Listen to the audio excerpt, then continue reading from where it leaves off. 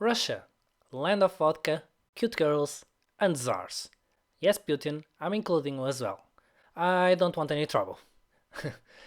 At the end of the 19th century, Russia was huge, really huge, starting at Poland on Europe and ending at Vladivostok on the Pacific Ocean.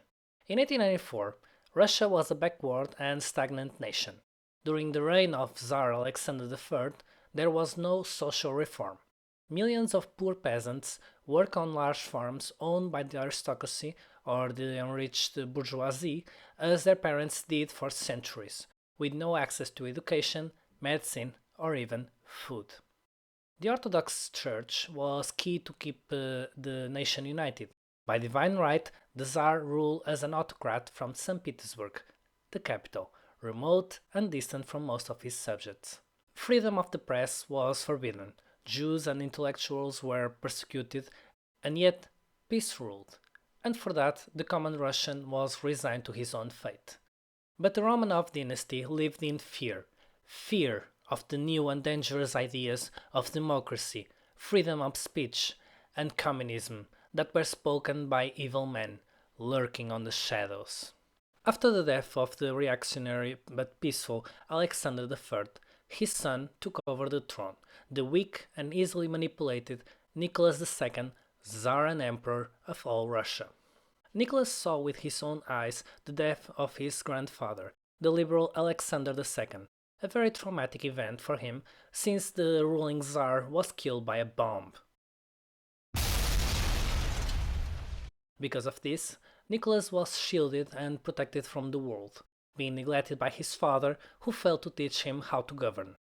He behaved more like a child than a man, preferring to spend his time with beautiful ballerinas, making dragoon tattoos during a visit to Japan to annoy his father, or hunt and drink with his friends instead.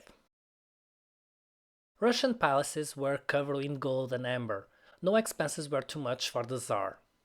When he took the throne, Nicholas was, like King Louis XVI of France, extremely unprepared to rule a nation at the brink of revolution, and both of them would share the same fate.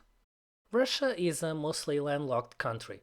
That means that Russian Baltic and Black Sea fleets need to cross narrow and easily defended corridors to get into the Atlantic Ocean, and these were all controlled by hostile nations, with lots of coastal gun batteries, torpedo boats, and mines. Vladivostok, on the other hand, was the only Russian naval base on the Pacific region, but like the Baltic Sea, it freezes during the winter, making naval operations there almost impossible. Not a good starting point for a nation with ambitious naval aspirations. While European superpowers started the famous scramble for Africa in search of new colonies to expand, Russia did nothing. Instead, the Tsar decided to expand his nation to the east, annexing parts of China and Korea, as well as putting some pressure on British and French interests there. Because even if you rule the biggest nation on earth, there's always room for more, even if you don't know how to rule it. But Japan was already expanding to that area. This recently modernized nation could become a dangerous adversary in the future, so Nicholas decided to eliminate Japanese presence in the area as quickly as possible. If you have seen my first Sino-Japanese War documentary, you'll know that Russia, Germany and France forced Japan to leave the harbor of Lushenko, and in their place, Russia rented the harbor, now known as Port-Artuр. Finally, Russia had their warm water harbor on the Pacific. But the Japanese felt betrayed. War was now inevitable. The Russians started to modernize the harbor, building coastal batteries to protect it, and transfer some of their newest battleships from Europe into there. Unfortunately, the base lacked a dry dock, so the ships present there needed to travel between the Baltic Sea and Port-Artuр when they needed to conduct a larger maintenance operation. The Japanese were paying a lot of attention to all these developments and purchased from the UK 6 brand new battleships, 6 armored cruisers, lots of destroyers, and quickly started to modernize their army. The Russians, of course, knew of this, so they also started to build battleships in quantity as well. France at the time had a military alliance with Russia to oppose the recent unification of Germany. something that the Kaiser of Germany, Wilhelm II, was keen to destroy. Since that alliance only applied to Europe, the Kaiser, who was also the cousin of the Tsar and his dear friend, provided all his support to him, in hopes of improving future Russo and German relations.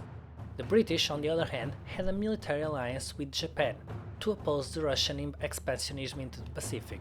In 1904, Japan demanded that Russia abandon their interventions in Korea. Russia refused. On February 1904, Japan cut diplomatic relations.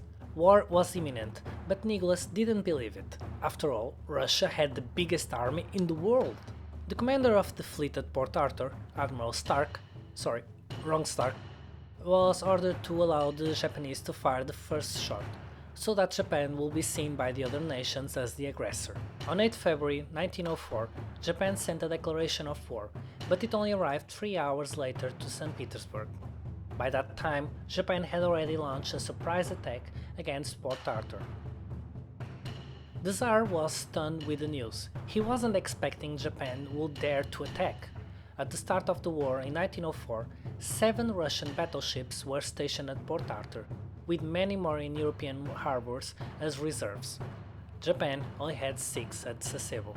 Again, thank you so much for watching my videos. Don't forget to like and subscribe my YouTube channel and ring the bell to be notified of my new videos.